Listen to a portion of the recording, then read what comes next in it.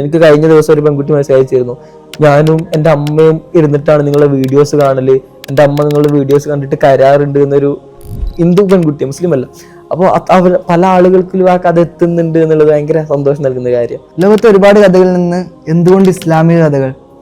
അതാ മൈക്കിൾ ചാട്ടിൻ്റെ ഒരു പുസ്തകമുണ്ട്, ലോകത്തെ സ്വാധീനിച്ച 100 മനുഷ്യർ എന്ന് പറഞ്ഞിട്ട്. അതിലൊന്നാമത്തെ ചാപ്റ്റർ തുടങ്ങുന്നത് പ്രൊഫറ്റ് മുഹമ്മദ് സല്ലല്ലാഹു അലൈഹി വസല്ലം തങ്ങൾ വെച്ചിട്ടാണ്.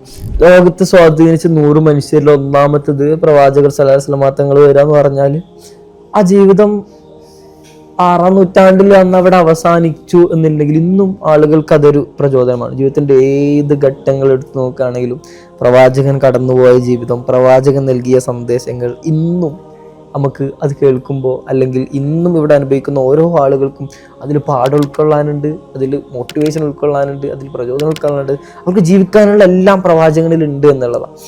ആ വലിയ മനുഷ്യൻ ജീവിച്ച് തീർത്ത ജീവിതമാണ് നമുക്ക് ഇന്നും ജീവിക്കാനുള്ള ഒരു വെളിച്ചമായിട്ട് നൽകുന്നത്. അപ്പോൾ വൈ നോട്ട് പ്രവാചകൻ എന്നൊരു ചോദ്യത്തിലേക്ക് നമ്മൾ അതുകൊണ്ടായിരിക്കും പ്രവാചകനെ കാഫത്തും ലിന്നാസെന്നല്ലോ.